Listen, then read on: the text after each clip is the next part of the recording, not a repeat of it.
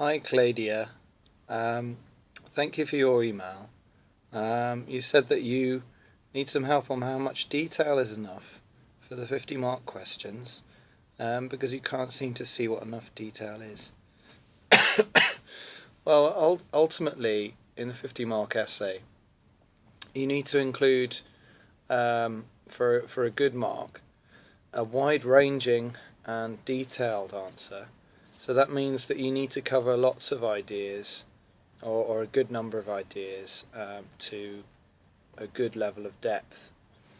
Now, how many ideas is enough? Well, if you had an essay on functionalism, I'd recommend you try and cover 4 or 5 other perspectives in addition to adequately explaining functionalism.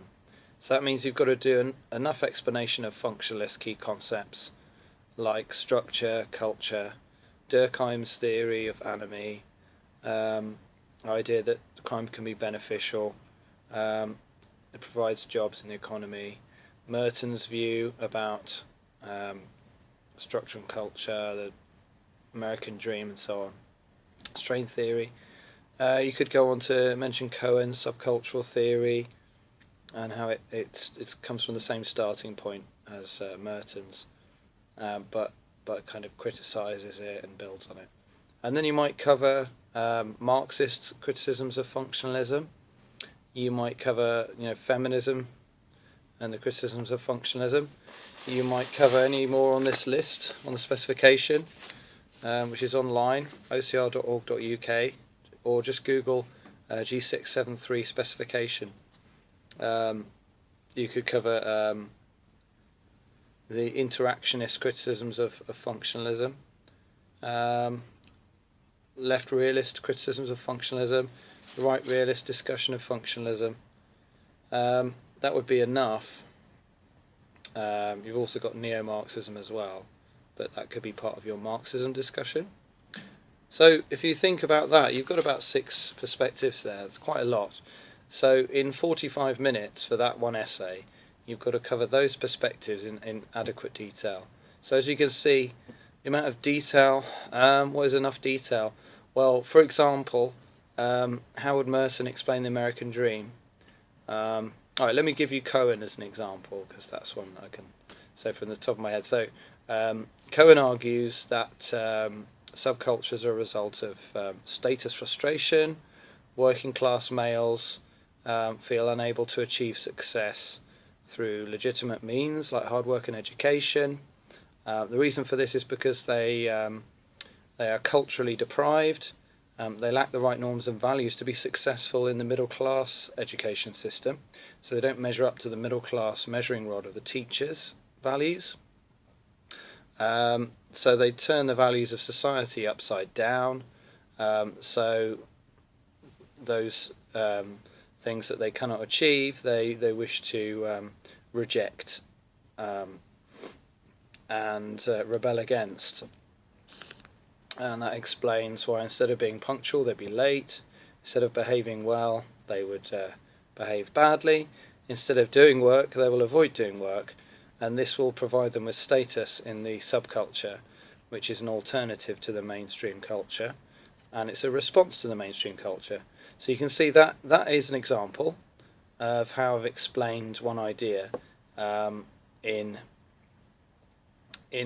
quite a good level of detail, with reference to several concepts. So for each concept, if you were to explain each concept, you'd give us a sentence or two. So for example, I referred to middle class measuring rod.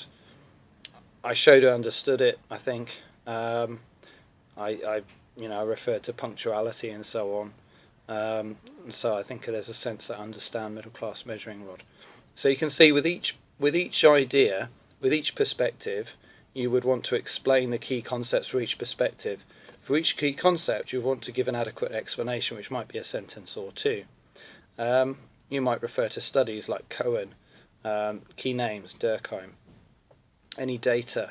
You could refer to underachievement by working class males in education, which is currently, it's you can find it on the Office of National Statistics website, but around 15% of white British males 25 and over are unemployed. That's compared to 30 to 40% of Pakistani and Bangladeshi males. So you've got data like that you could put in. You could say that this is complicated by ethnicity, but obviously class isn't a major issue. So you've got the perspective, you've got the concepts, you explain the concepts, key names, data, examples. You then have the detail there if you put that kind of evidence in. So perspectives, concepts, studies, data, contemporary examples. Explain each point with evidence. Another way of looking at it is if you were to explain a key perspective with each of those types of evidence. So you've got functionalism, but you give a concept, and you give a study, and you give data, and you give a contemporary example, which I've basically done with the example I've given. Then that is adequate evidence, that's adequate detail, if it's fairly well explained. So I guess the key issue is to try and balance breadth and depth, cover a wide enough range of views, and also give enough detail. The other issue is referring to the question. If the question says functionalism, and you give and you do give a range of views, but you don't adequately refer to the essay question, then that will lose you quite a few marks. So you've got to try to refer to the essay question. And I do find that students, even those who at this stage are submitting essays quite regularly and keep getting feedback, the key issue I keep coming back to is keep referring to the essay question. Keep referring to the essay question.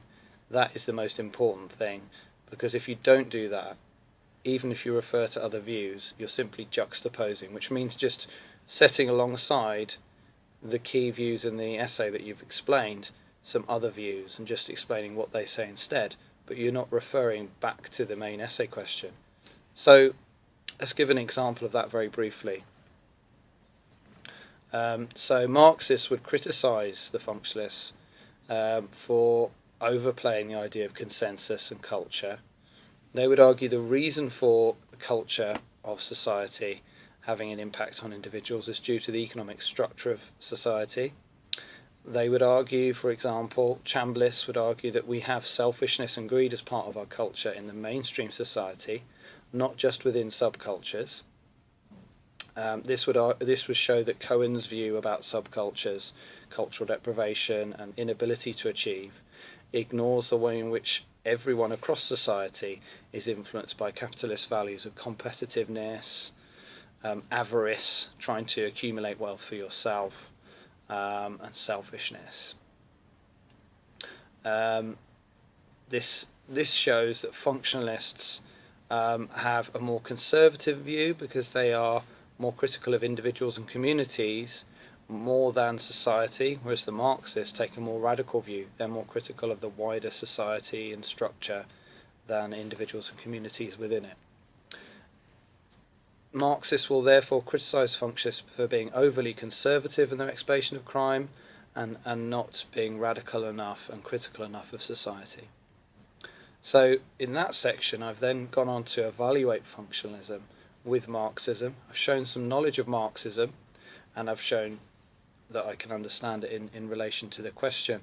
So that is where I'm going to get more marks than someone who just says Marxists say this, Marxists say that, and these are Marxist ideas. So try to refer to the question. This will always be better, even if it's not perhaps as well phrased as someone who's talking about Marxism and repeating sections of the book. If it refers to the question more, then it should get more marks than someone who's just repeating a section of the book without referring to the question. That will get lower marks. I hope this has been helpful. If you have any questions, do email daniel_butcher@hotmail.co.uk.